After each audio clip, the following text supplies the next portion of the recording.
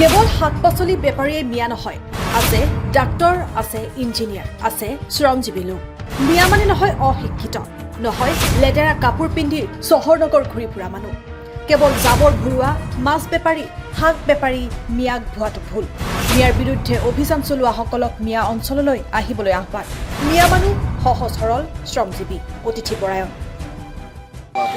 আচলতে চাওক, এই অসমীয়া জাতীয় জীৱনত মিয়াক অপৰাধী এটা জনগোষ্ঠী হিচাপে প্ৰতিপন্ন কৰিব বিচৰাসকলে আচলতে ক্ষমতাৰ ৰাজনীতি কৰিব বিচাৰিছে। তেওঁলোকে ধৰ্মৰ নামত, জনগোষ্ঠীয় পৰিচয়ৰ নামত মিয়াৰ বিৰুদ্ধে এক ষড়যন্ত্ৰত লিপ্ত হৈছে, যি অসমীয়া জাতীয় জীৱনক দুৰ্বলহে কৰি তুলিব বুলি মোৰ এটা বিশ্বাস।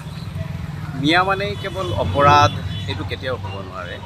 অপৰাধ প্ৰতিটো সমাজত থাকিব পাৰে আৰু আছেও, কিন্তু কেৱল মিয়াই অপৰাধ কৰে বা কোনোবা মিয়াই অপৰাধ কৰিলে গোটেই জনগোষ্ঠীটোক অপৰাধী সজোৱাৰ যি মানসিকতা, এইটো আমি পৰিহাৰ কৰিব লাগিব। যে মিয়া মানেই যে এটা বহু দীৰ্ঘদিনীয়া এটা চিন্তা চৰ্চা মানুহৰ মাজত সোমাই দিবলৈ চেষ্টা কৰি থকা হৈছে, যে জাবৰ তোলা মানুহখিনি, সাধাৰণ লেবাৰৰ কাম কৰা মানুহখিনি, মাছ বিক্ৰী কৰা, চব্জি বিক্ৰী কৰা, এইবোৰ মানুহ, ঠেলা চলোৱা, ৰিক্সা চলোৱা, এই সাধাৰণ মানুহখিনিয়েই কেৱল মিয়া আৰু তেওঁলোকেই অপৰাধত জড়িত আৰু তাৰ কাৰণে গোটেই জনগোষ্ঠীটোক অপৰাধী সজোৱাৰ, এই কথাবোৰ সঁচা কথা নহয়। মিয়াৰ এটা অংশ মানুহ এইবোৰ কামত লিপ্ত, কাৰণ মিয়া জনগোষ্ঠীৰ পৰিচয় হৈছে কষ্ট সহিষ্ণুতা। মিয়া হৈছে দক্ষ কৃষক। ইংৰাজসকলে সেইকাৰণেই অবিভক্ত ভাৰতবৰ্ষত মিয়াক উৎপাদনৰ কামত নিয়োজিত কৰিছিল। মিয়াৰ পৰিচয় সেইটো, আৰু সেই কথাটোক নস্যাৎ কৰি মিয়াক অপৰাধী সজোৱাৰ এই ষড়যন্ত্ৰটো আমি অসমীয়া সমাজে বুজি পাব লাগিব। আৰু বৃহত্তৰ জাতি গঠন, অসমীয়া জাতি গঠন প্ৰক্ৰিয়াত মিয়াৰ যি অৱদান আছে, সেইসমূহ আমি আলোচনাৰ মেজলৈ আনিব লাগিব। সেইসমূহ আমি নতুন প্ৰজন্মৰ মাজত পৰিচয় কৰাই দিব লাগিব। মই আহ্বান জনাম, যিসকল উগ্ৰ জাতীয়তাবাদীসকলে এই কথাত, এই ষড়যন্ত্ৰত ভৰি দিব বিচাৰিছে, তেওঁলোকক মই আহ্বান জনাম, তেওঁলোক মিয়াৰ সমাজত সোমাই আহক। মিয়াৰ সমাজখনক তেওঁলোকে আহি বিশ্লেষণ কৰক, চাই যাওক যে আচলতে মিয়া সমাজখন কেনেকুৱা হয়। মিয়াৰ নিপুণ হাতৰ পৰশত চৰৰ ফুট বালিয়েও সেউজীয়া হাঁহি মাৰে 12 মাহে।